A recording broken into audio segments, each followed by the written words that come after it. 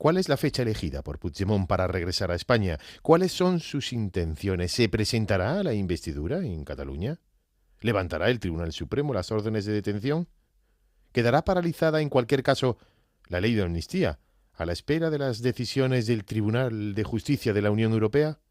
¿Estamos abocados a un enfrentamiento entre el Poder Judicial y el Poder Ejecutivo?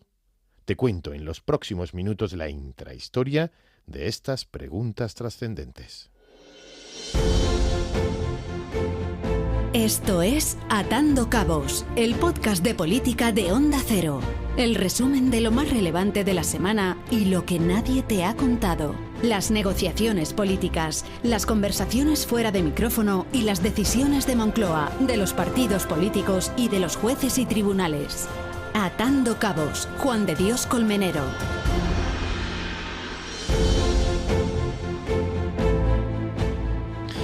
Por fin, el pasado 11 de junio fue publicada en el Boletín Oficial del Estado y con varios días de retraso desde su aprobación de forma íntegra la Ley de Amnistía, la que borra todos los delitos cometidos por aquellos que declararon unilateralmente la independencia en Cataluña, que cometieron los delitos de sedición, malversación, desobediencia y por todos los hechos delictivos ocurridos en Cataluña desde el 1 de noviembre de 2011 hasta el 13 de noviembre de 2023.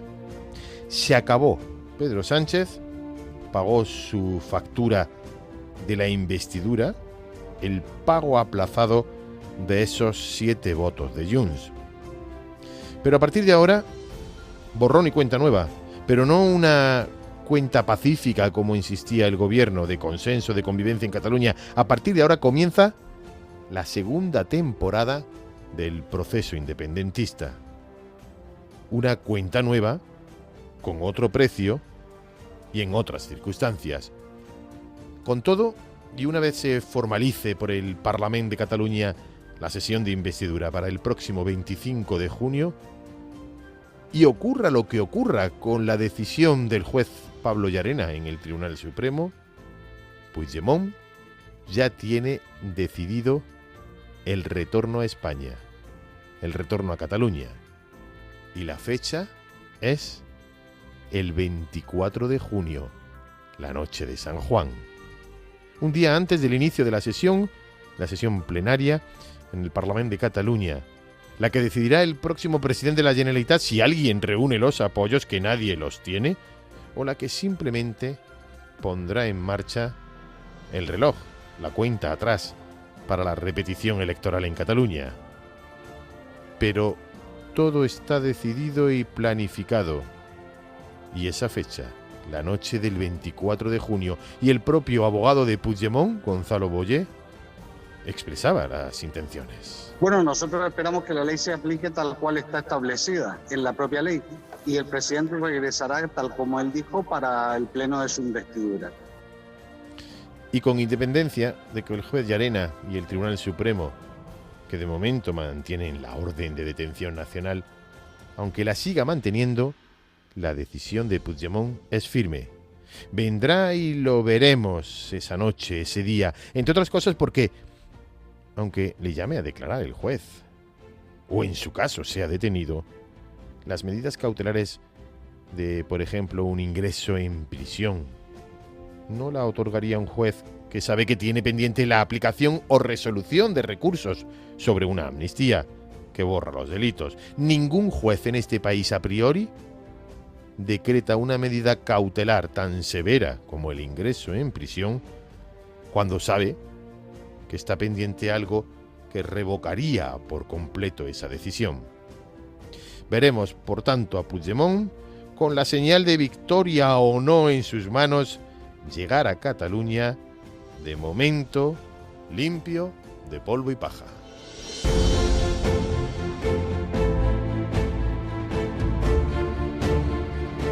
Y en el frente judicial la batalla también entra en un nuevo escenario. Y estamos en el inicio del mayor choque entre el Poder Judicial y el Poder Ejecutivo y Legislativo desde el inicio de la democracia.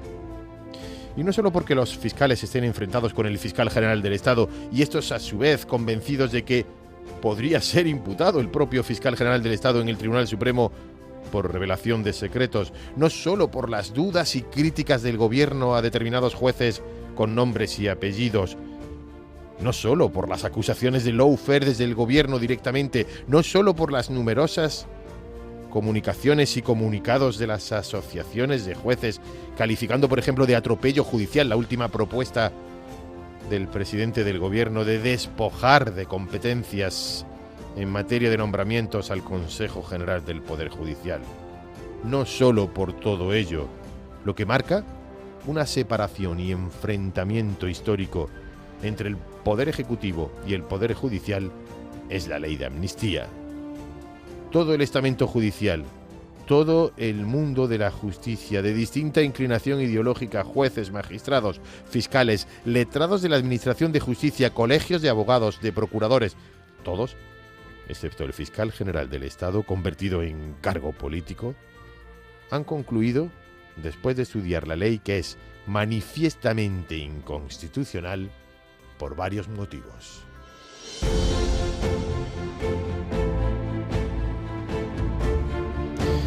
En primer lugar, porque es la amnistía la que esconde unos indultos generalizados encubiertos. La Constitución desautoriza expresamente los indultos generales y así se decidió ya durante el debate constituyente, cuando se rechazaron dos enmiendas, la número 504 al entonces artículo 58 y la número 74, proponiendo un artículo nuevo, que proponía la introducción de la amnistía en el texto constitucional. Eso fue rechazado. En segundo lugar, por la calificación y clasificación de los delitos que quedarán perdonados penalmente. Puede serlo cualquier delito que vaya dirigido a los objetos que se señalan, es decir, a la puesta en marcha del 9N o del 1O, generando una abierta indeterminación que puede lesionar el principio de seguridad jurídica consagrado en el artículo 9.3 de la Constitución española. En tercer lugar, porque rompe el principio de igualdad consagrado también en la Constitución. ¿Por qué los delitos de malversación en Cataluña durante un determinado momento y no los delitos de malversación en otro territorio de España durante el mismo periodo? Y por último, porque choca con el derecho europeo y sobre todo en lo relacionado al delito de malversación, excluido explícitamente en el derecho comunitario.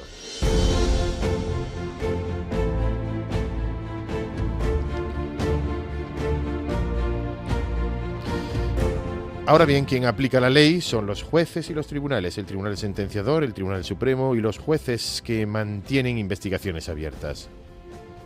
Lo primero que han hecho antes de aplicar la ley es dar traslado a las partes, fiscalía, defensas y acusaciones para que informen sobre la misma en un plazo de días y posteriormente, en el caso de que encuentren indicios de manifiesta inconstitucionalidad o que vaya contra el Tratado de la Unión Europea, que ya han avanzado, que es previsible que así sea, plantearán de forma separada cuestiones de inconstitucionalidad y cuestiones prejudiciales ante el Tribunal de Justicia de la Unión Europea. Solo la admisión a trámite de esas cuestiones paralizaría la aplicación de la ley. Pero mientras eso ocurre, las medidas cautelares en los casos no juzgados, como el de Puigdemont, serán levantadas. Y es por lo que el expresidente de la Generalitat fugado en su momento lo veremos pronto campando a sus anchas.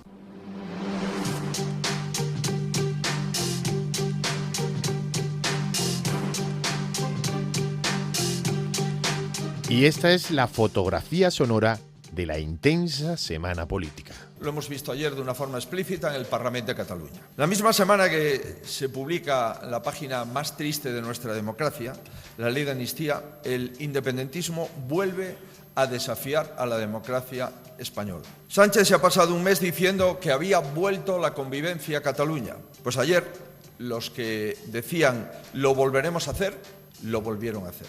Y desafiaron al Tribunal Constitucional. Nosotros tenemos previsto muchos escenarios, uno de esos es el de la detención o no, pero en todo caso yo creo que la determinación del presidente es clara. O sigui, vindrà, a vostè li ha dit, malgrat el detinguin. Es que no sería la primera vez que le detienen y por lo tanto no es un miedo que tenga el presidente, sino que es un escenario que hay que valorar como todos los que se valoran. Es evidente que el presidente ha cogido un compromiso y ese compromiso él siempre ha cumplido sus compromisos y por lo tanto yo creo que es evidente que se actuará conforme a ello, ¿no? Y lo que pasa en Cataluña es absolutamente ininterpretable. En el mismo día en que se aprueba la ley de amnistía, a mí me pregunto, ¿usted qué piensa de la ley de amnistía? Pues lo que pensaba, y no lo que pensaba yo, lo que pensaba mi partido. Cuando ayer, y si uno mantiene la misma posición de ayer, es incoherente, o traiciona no sé cuántos valores o no sé cuál. Lo peor es que la democracia liberal tiene el enemigo dentro de casa, los populismos. Para mí hay dos asuntos de la amnistía que violan claramente lo que es la Constitución. El primero, el principio de igualdad entre los españoles, no hay que explicarlo, y el segundo, el principio de separación de poderes. La última vez que nos vimos aquí usted dijo que se iba a dar el gustazo de ganarme. Pues el gusto es nuestro, señor Sánchez. No tiene usted un gobierno sólido, no tiene mayoría garantizada, no tiene presupuestos y no tiene apoyo suficiente en las urnas. Déjelo ya. Sea usted responsable y pregunte a los españoles si quiere un gobierno estable o no. No eternice lo que es inviable. Esto ya no da más de sí. Dentro de 3 años, cuando haya elecciones el próximo año 2027, lo que va a suceder es que se van a presentar 3 ultraderechas, la suya, la de Alvise y la de Abascal. Y vamos a ganarles a los 3, señoría. Vamos a ganarle a usted, a Abascal y a Alvise, si no, al tiempo. Con la amnistía, el Gobierno presenta a España ante el mundo como un Estado corrupto que debe pedir perdón al independentismo catalán.